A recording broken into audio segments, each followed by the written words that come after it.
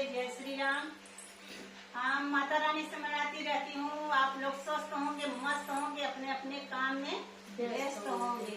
तो आप लोग फूल वॉच करें मेरे भैया बाबू, आप लोग से रिक्वेस्ट है। हम लोग का चैनल मोनो हो गया, यहाँ तक आप लोग पहुँचाएं और आगे भी पहुँचाएं। हमारी सरिता सिस्टर आई है, पुष्पा सिस्टर है, रानी सिस्टर झूला